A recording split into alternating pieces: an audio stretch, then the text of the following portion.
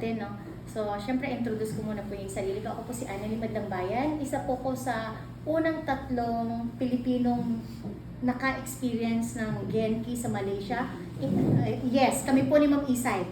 Si Ma'am Isay, ako at si Eden. Nauna pa po kami sa mga Malaysians. No? Na El-Kenyans na ma-experience yun. Talaga? Ganun po ganda, no? August of last year.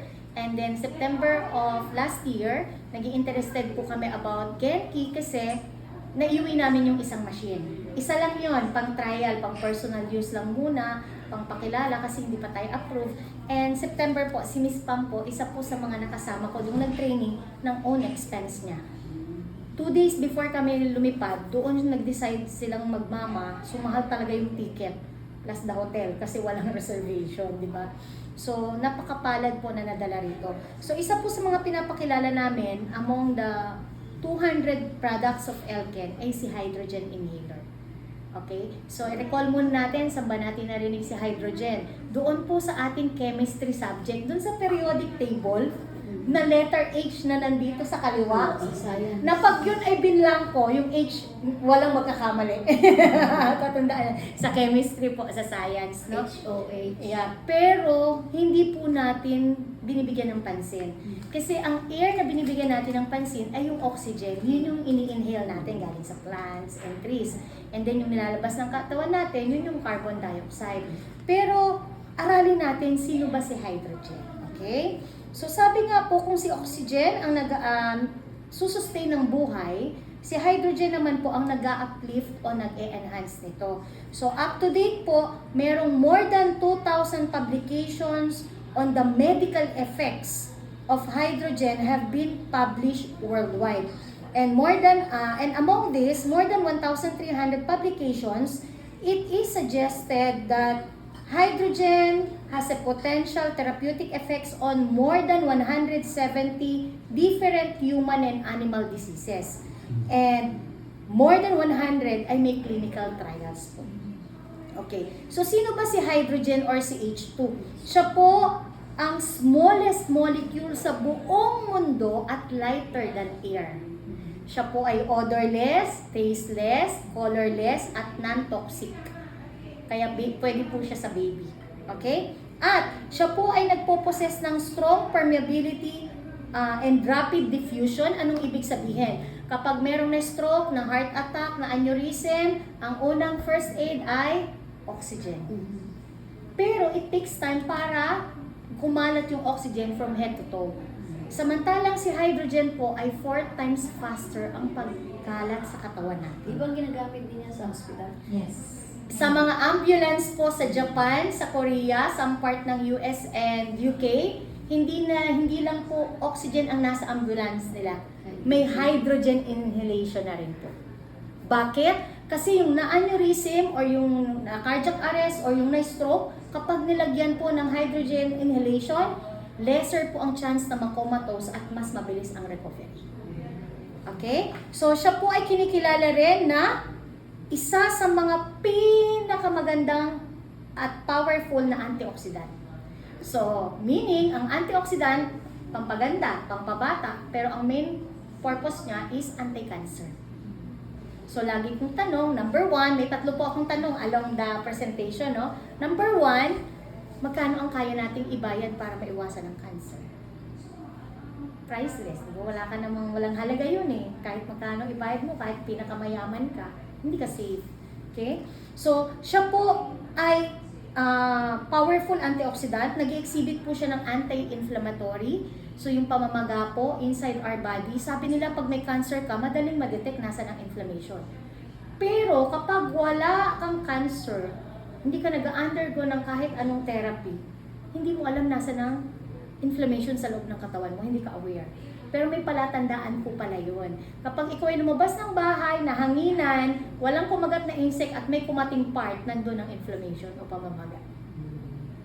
Okay? Yung mamumangangati, mamumula, so nandoon po pala. So napakaganda po niya. And then, meron din po siyang anti-aging effect and anti-allergic. Nakakalungkot kasi yung mga kids na pinapanganak ngayon, lagi may allergies na paglabas. Dati namamana lang ang allergies sa parents, no? So, yun po. And of course, may antioxidative effect siya. At ang pinakamaganda po, noong 2017, ang Japanese government po ay ni-recognize na ang hydrogen inhalation bilang isang advanced medicine. So, ganun po ang pagka-recognize. So, paano ba siya naging smart antioxidant? Pag-usapan natin to. Kasi, yung loob pala ng katawan natin, merong tinatawag na mga free radicals. Yung free radicals, ito yung mga basura sa labas na wala tayong choice at hindi natin maiwasan na pumasok yun sa katawan natin. Okay? So, unang-una, ano ba yun? Pollution. Hindi ka pwedeng mamili kung saan ka lang hihinga. At knowing sa Manila, wala nang malinis na air, di ba? Pangalawa po, UV radiation. Pag lumabas ka ng mahigit na sa 8 a.m., masakit na sa balat, butas na yung natin, ozone layer. Nung kabataan po natin, naglalakad tayo sa tanghali, uwi ng bahay, kakain galing school. Pagkakain, takbuhan ulit, babalik sa school kahit walang payong. Ngayon, magagawa mo ba yun? Maglakad ng tanghaling tapat sa kainitan, napakasakit sa balat. Okay? Sumunod po, stressful lifestyle. Sa klima na lang. Pag mainit, napakaalinsangan. Pag umulan, mainit pa rin, may kasama pang baha. No, iba na yung panahon ngayon. Sumunod, smoking and alcohol drinking. Pinakamasaklap yung second-hand smoker. No? At food additives. Naku, iha, lalo sa probinsya, hindi po ako naglalagay ng cubes at magic sa pagkain. Kaya asin at paminta lang. Kaya lang, ito ang tanong ko. Yung niluluto mo ba, sarili mong tanim ang gulay? Sarili mong ani ang prutas? Sarili mong palaki yung manok, baboy at baka? At sarili mo bang tanim yung palay? So, ang sagot doon, wala tayo lahat ligtas sa kinakain natin. Wala nang organic ngayon. Kasi yung lupang pinagtaniman, hindi organic. Yung place na pinagtaniman, hindi organic. Ano yung mga binibinta nilang organic? Organic Sinasabi lang nila po yun. organic. Pero they cannot claim. Isa lang po ang alam kong organic. Elk and spirulina. Yon, sure tayo doon. Pati environment niya. The water, the air, lahat po yun. Tayo lang ang may approval na. Okay? So, sumunod po, irregular sleeping patterns. Isa sa mga pamana ng pandemic. Hanggat hindi tapos ang episode, hindi matutulog. Ang matindi, sige anak, magpapuyat ka, wala ka na magpasok bukas, mainam nga, tanghali ka na bumangon para lunch na. Mag-cellphone all. Napapatango si sir. Sumunod, radiation galing sa mga gadgets. Pamana pa rin ng pandemic. Work from home, online classes.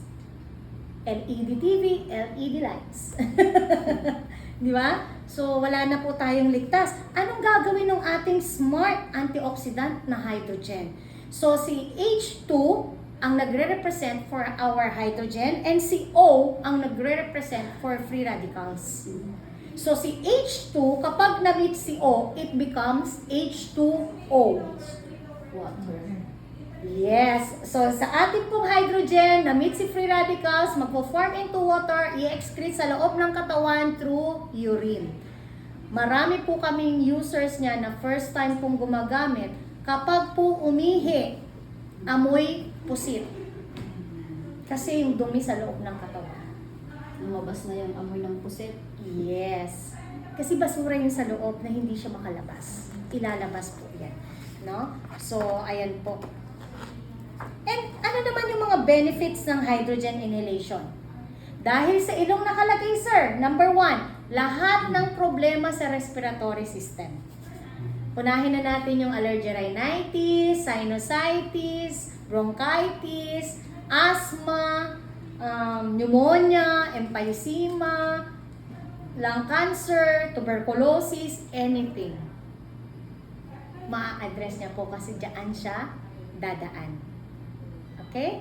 So, sumunod po, maganda po siya pagdating sa ating brain. Ayan, protective effect on, ayan. Nakakatulong po siya para mag-promote ng cognitive function of the brain. Bakit? Meron po pala tayong pinakamaliit na nerve sa ating nose going straight to our brain. Even oxygen, hindi po yun kayang pasukin. Pero di ba, smallest molecule si hydrogen? So, kaya niya pong directly pumasok doon. So, anything na problema sa brain, Una na po, yung pagtanda ng mga organs malapit sa kanya. Ano po yun? Eyes, ears, and yung memory. So, yung depression, anxiety, Alzheimer's, dementia, stroke, Parkinson's disease, ayang epilepsy, di ba, aneurysm, kaya-kaya niya pong tulungan. Alam niyo po ba, dalawa na po ang nakikita ko na nagpa-inhale ng Down syndrome na patient na hindi mo mapapakalma kahit bigyan mo ng gadget yan. Swerte kang 5 minutes nakaupo yan. Tama? Na walang kinakalkal, walang kinukulit, na napatahimik po ng ating hydrogen inhaler. ADHD, yan po. May mga Down syndrome, yung may mga autism, tutulungan po siya. Okay? Sumunod po, maganda rin po siya sa skin condition like dermatitis and skin sensitivities, even psoriasis, yung mga acne, yung mga tigyawat. May testimony po kami na in just 30 minutes, nag-try dito sa office, yung isang kasama namin, super nai-stress sa tigyawat. Hindi nagtatanggal ng face mask, hindi nag-open ng camera sa Zoom. Pero 30 minutes using our hydrogen inhaler dito, natuyo po yung tigyawat. Okay? So, yan po. And then, sumunod po, tumutulong rin po siya at nagpo-protect effect on liver injury and other liver-related issues. Tanggapin na natin, kapag liver may problema, ang bilis ng pasyenteng mawala. Siya yung pinakamabilis kumalap. Nalalason talaga ang buong katawan kapag liver na. So, yung may mga fats. Yung fatty liver po is simple case lang yun. Kaya-kaya po ng hydrogen inhaler natin. Okay? So, lalo na po yung mga na-damage na, yung mga manginginom siguro. Yung po number 1 na merong tama sa liver, yung umiinom ng hindi kumakain, yung mga ganun, mga alcoholic. And then sumunod po, nagpo-promote po siya ng regular blood, lipid, and sugar level.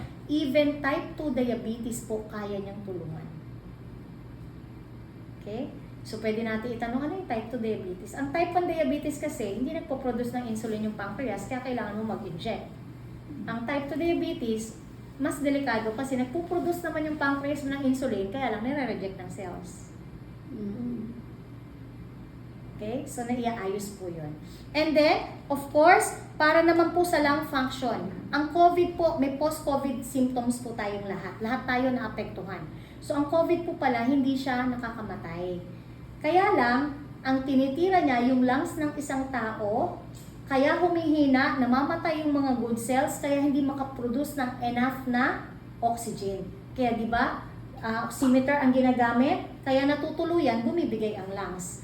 Pero dahil po sa ating hydrogen inhaler, yung mga dead cells po sa lungs natin, hahanapin niya, form into water, ilalabas para makareproduce ulit yung lungs natin ng panibagong cells at makapag-produce ng enough na oxygen. Okay? So, yun po. And then, of course, tulungan po natin yung may mga menopausal symptoms, yung mga irritable mga kababaihan na nagme-menopause, na may mga hot flashes, na hindi makontrol ang emotions, laging galit, laging irritable, dating mabait, ngayon nananakit, mga ganon. Tulungan po natin sila. Okay? Sumunod po, nag-i-improve po ng sleep quality. Ang unang tanong ko, di ba kanina, magkano kaya mong ibayad para hindi magka-cancer? Ngayon, pangalawang tanong ko, magkano ang halaga ang masarap na tulog? Alam niyo po ba ngayon, meron na pong pag-aaral sa Amerika, yung sleep management. Darating ang panahon, magbabayad ka pa ba para lang matuto kang matulog ng tama at malalim, quality sleep? Eto na po.